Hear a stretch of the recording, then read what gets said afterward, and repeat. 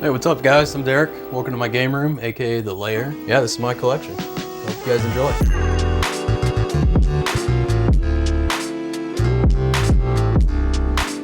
So yeah, this shelf, I mean, mostly, you can see it's the Switch, PlayStation 1, PS4, 5, Xbox. These are games that always kind of been special to me. The Switch, not so much, it's newer. I'm not too into the Switch. I don't get too many of those games. I think the PS1 is probably, I mean, I started with like an Atari 2600, Nintendo, all that, but PS1 is probably like the first console I put some major like hours into. So would you say that's like the console that kind of really got you into gaming? I'd say so, because I have so many memories of, my dad putting me and my sister to bed, and then us sneaking out and he's out with his friends playing like 2 Extreme or Jet Moto or something. Oh, nice.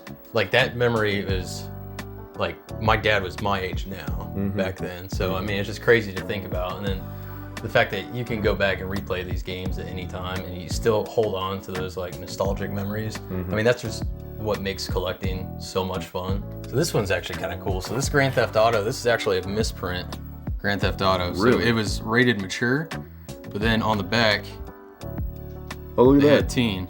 Yeah, so I don't think it makes it any more valuable or any more rare, because, I mean, I got this at, standard market price. It's just a kind of a cool little thing from that. So what's one of your favorite PS1 games in your collection, if you had to pick one? Probably the Grand Theft Auto 2. It's a good one. Because that one I had to, this one I had to sneak in the house. Like, parents did not like kids playing this back then. Oh, yeah. So it just got worse as it got, as it Yes, got more did. advanced. So got the 2 Toombas. These are some pretty rare finds. Those games are actually pretty fun, So, too. yeah, they are. Real quick, I got these too. Some of these old demo discs. I don't know if you remember these from Pizza Hut. Oh, yeah. I think these were from the PlayStation magazine, and then I happened to come across this one too. That one's cool. So I never had that one, but Attack of the Killer demos. I was an Xbox guy before, or when the PS4 came out. So I always had Xbox. I swore by it, and then Spider-Man came out on PS4. Amazing game. And I wanted to play it, but it was a PlayStation exclusive. So went and bought a PS4 and immediately turned it on. I'm like, well, this is a lot better. This is way better than the Xbox is. So yeah, so I kind of switched back to the PS4. Nothing too notable. I actually picked up Godzilla. I was about to ask about that. I've never seen that game. So, what is that? This is like a $250 game. What? I guess this came out near the end of the PS4's kind of like lifespan. Yeah. Didn't get really good reviews, so it was kind of taken off the shelf. It's popular over in Japan, but didn't sell well here, so they just discontinued it. And I'm pretty sure I grabbed this for like 15 bucks at Half Price Books. That's a steal. I was just going through my Game Eye app and I saw the price and started looking into it. That's wild. I was like, that is crazy. PS5, I got lucky. I snagged the PS5 2 days after its first release, so I didn't have to wait a year or anything. That's awesome. You have one game that I don't have that I really want to play, and that's Dead Island 2. Yeah, I got that. That was the day one release. Yeah. I pre-ordered that. Pretty amazing game. I think I'm only about halfway through it. Yeah, it got solid reviews. So yeah, Xbox. I got an Xbox when I was in middle school. Dad bought it for me for a gift, and I think mostly I just played Halo on there. Oh yeah. I kind of Spy vs. Spy, Stubbs the Zombie was an amazing game. I also got Stubbs. They remade it onto the Switch, so I got that. You have the Conker's Reloaded. I love Conker's. Yeah, Conker's amazing. I haven't had a chance to play this game. I've this never looks pretty heard cool. of that before. It's just a Looney Tunes fighting game.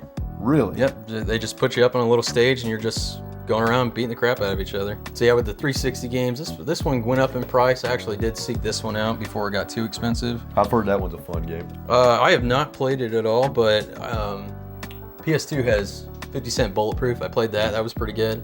I'm not too into horror games. You're gonna see a lot of them, but I still grab them when I can. So like the Condemned games. Oh yeah. I heard those are amazing. I've not had a chance to play those. You have the expensive Spider-Man games. You know those have gone up in price? So I didn't realize like how expensive. I don't think I know what the price is right now, but Spider-Man, I love Spider-Man. Oh yeah. Always have. So I've had those games for a long time. Edge of Time. And that one I think is the most expensive one. I think. I could be wrong about that though. This one is one I haven't played, but I'm kind of surprised it was recommended by so much. Table tennis. Oh yeah. Simple Rockstar games. Yeah. So kind of an odd game for Rockstar to make, but apparently there's a bunch of trash talking in it. Luigi's Mansion 3. I absolutely love Luigi's Mansion. I'm excited for 2 to come out this month. 3 was great. Yeah. 3 was good. Did you beat it? Oh yeah, I played this probably 4 or 5 times. Yeah, it's a great Absolutely amazing game. First game is always in my GameCube. So yeah, solid collection so far, man. I really like how curated it is. I like that you're not just buying everything. You know that you're really buying the stuff that you either, it sounds like you either have memories to, games you like, or games that look interesting to you that you'd like to play.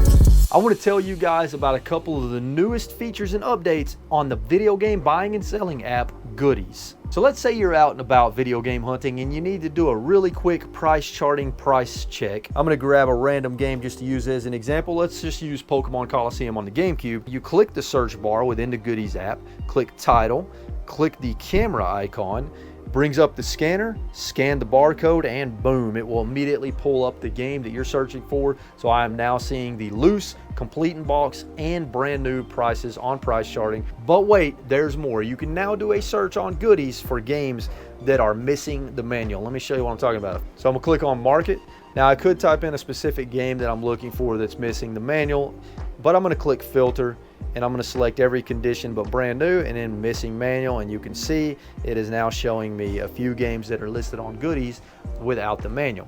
So as a buyer, if you have the manual and you just want to get the game without the manual for cheaper, you can now do a search for that. And as a seller, if you have a copy with no manual you want to sell, you can now select that as a sub condition. Click the link down below to download the Goodiez app. It's free to download, free to create an account, then do a user search for RetroWolf88, find and follow my account on Goodiez.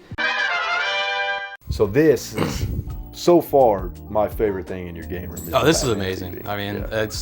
I had no idea that this was ever a thing. I came across it and I was keeping an eye on a couple of them on eBay for a while, and then one of them finally they put up for auction, put a bid on it, and I won. They mentioned how it's got, like, you know, this little, when you plug it in, it's got the Batman logo that bounces around the TV. It's got this little loading screen on here. So I'm like, yeah, that's gonna look cool in the game room. All these consoles are hooked up to the TV. I got a switcher behind the PS2 here. Nice. This is actually, you know, a lot of these stuff I rebought. This is my original PS2.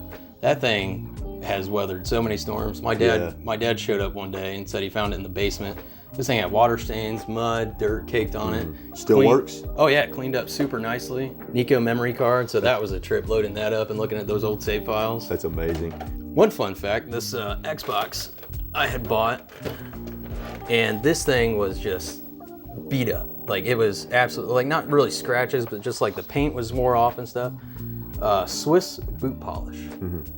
Really? Put it on there, let it sit for a little bit, wipe it off, completely cleaned it up. So I could not believe how well it turned out. So this is probably one of the pride and joys is my PS2 collection. When I started really like hardcore collecting, I think it was probably right around when the pandemic started.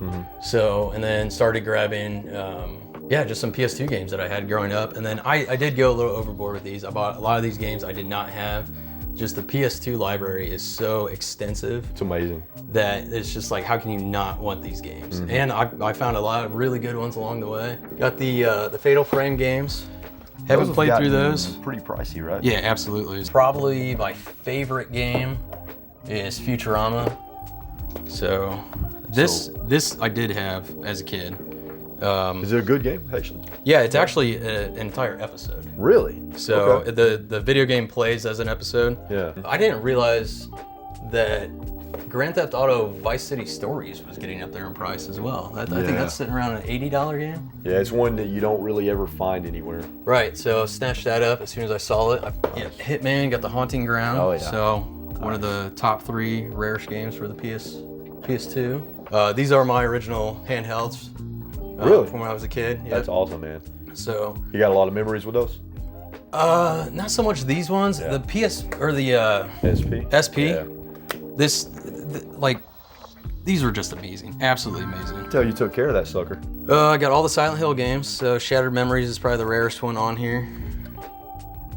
When I found Silent Hill 2, I almost did not grab it because it was the greatest hits version. Not a fan of all the greatest hits, but This one's actually more rare than the normal version, the black label, because it has all the extra content in there.